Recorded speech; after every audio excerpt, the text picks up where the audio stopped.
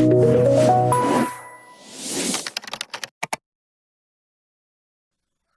and welcome back. In this lecture, I want to discuss some of the specific features related to the C programming language. So we know all the advantages of C. I talked about that kind of ad nauseum. We know that C produces compact and efficient programs. That is a language feature, though. That's important. It's one of the most important programming languages and will continue to be so. We know all this. So I just, again, want to reiterate it. But the main features of the C language are that they're efficient, portable, powerful and flexible, and programmer-oriented. And we're going to cover these in more detail, what this means. But these are important characteristics of C. We need to understand them, again, in order to understand how to write the code in this language. So what does efficiency and portability mean?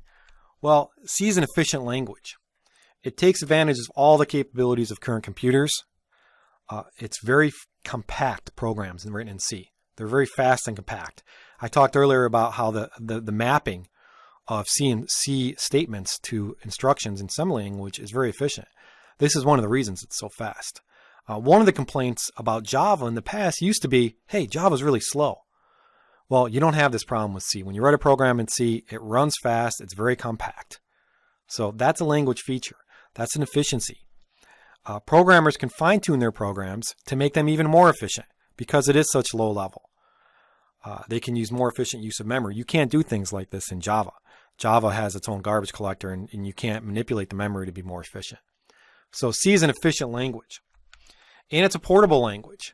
So I touched on this briefly in a previous lecture, but this is important because what this means is if you write a C program on one operating system, you can run it on another operating system without modifying it.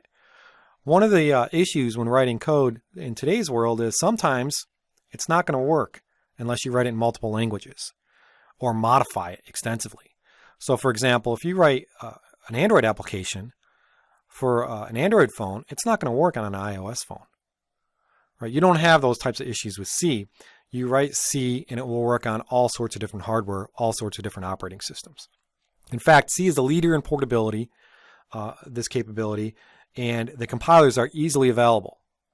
You can get a compiler on Windows, Linux, no problem. Linux, Unix systems typically come with a C compiler, so you don't even have to download it when you're on Linux, Unix. Same with the Macintosh. So you can start writing C programs immediately. No external downloads.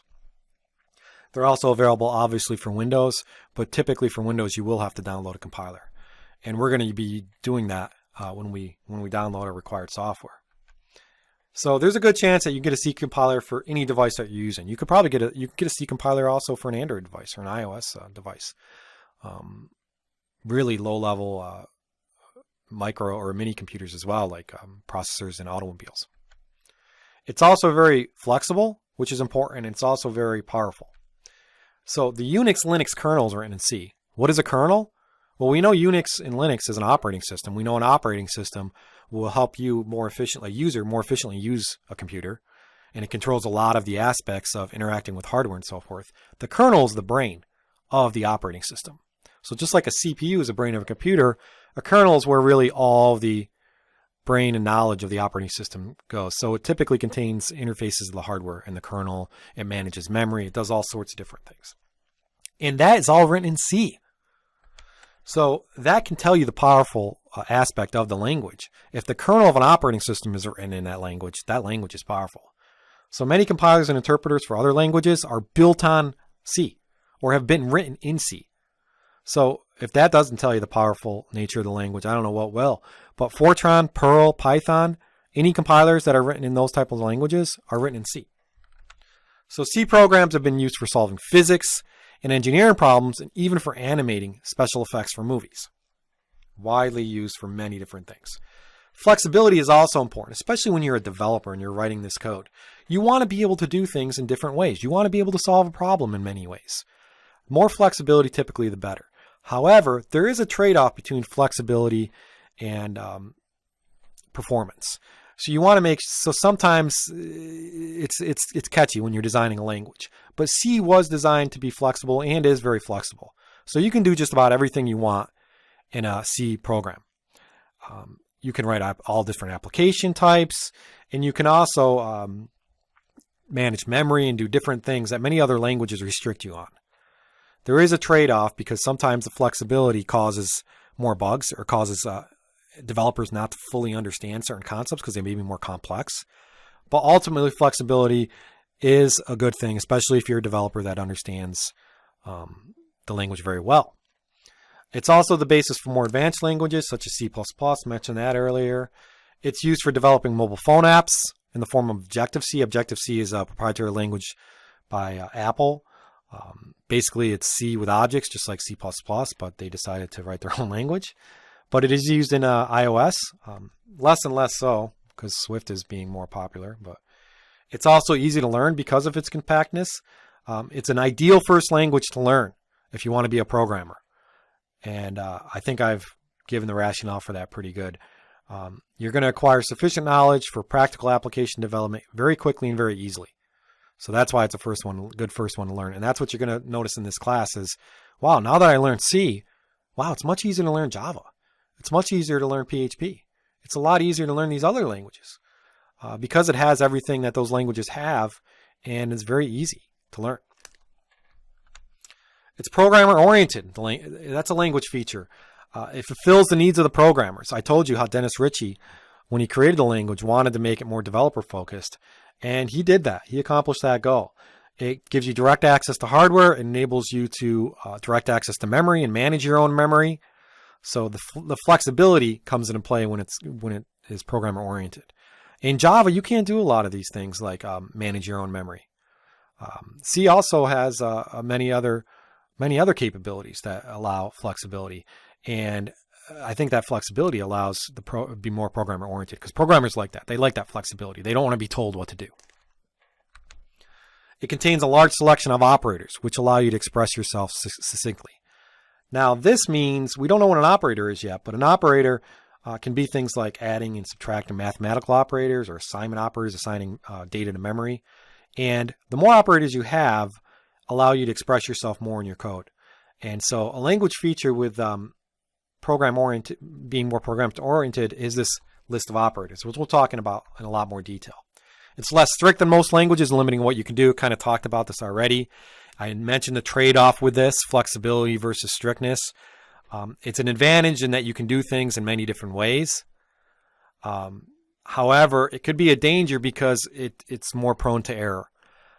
Programmers, especially with something like pointers. So the fact that you can manage your own memory in C is very flexible, but it's also very complicated sometimes. And as a result, many programmers introduce bugs into programs. Now, Java doesn't allow you to manage your memory, but it's also less flexible, but it also reduces your bugs in your program. So there's a trade-off. You want to basically have flexibility by also allowing things to be less complex. C gives you more freedom, but also puts more responsibility on the developer. And that's why it's program-oriented. C implementations have a large library of useful C functions, so you don't have to write everything in C if you want to do something. Programming languages would typically contain other program functionality that comes with the language. So, for example, if you want to read input from the user, you don't want to write low-level C code to do that. There will be codes in C that already does it for you, and you just reuse that code. And that's usually encapsulated in something called a library. And so C has all sorts of library functions to read data from the keyboard, to write data to files, to create all sorts of nice things with different processes and thread. I mean, all sorts of nice things. So the fact that that a lot of implementation comes with the language and you don't have to actually implement it yourself, you just have to learn how to use the libraries, is very advantageous and very programmer-oriented. Some other features of C are it provides low-level features that are generally provided by the lower-level languages. We talked about this.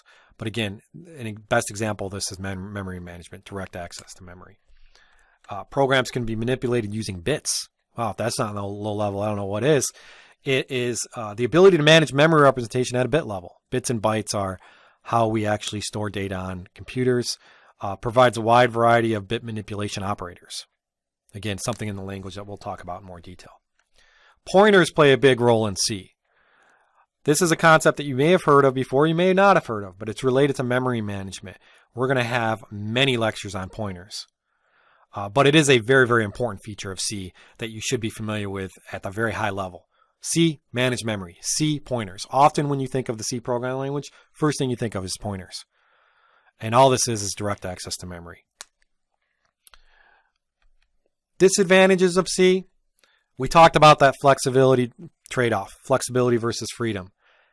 It also requires added responsibility. Some view this as a disadvantage. Some view that pointers are abused. And as a result, many people write bad C programs. Well, yeah, if you give somebody a tool to do something and they do it incorrectly, who's at fault? It's kind of, again, do you want to restrict that tool because it's abused, or do you want to allow that tool to allow flexibility? So you can often be more flexible, but it's at the risk of making more errors. And a lot of times these errors are very difficult to find and trace, especially if they're memory stuff.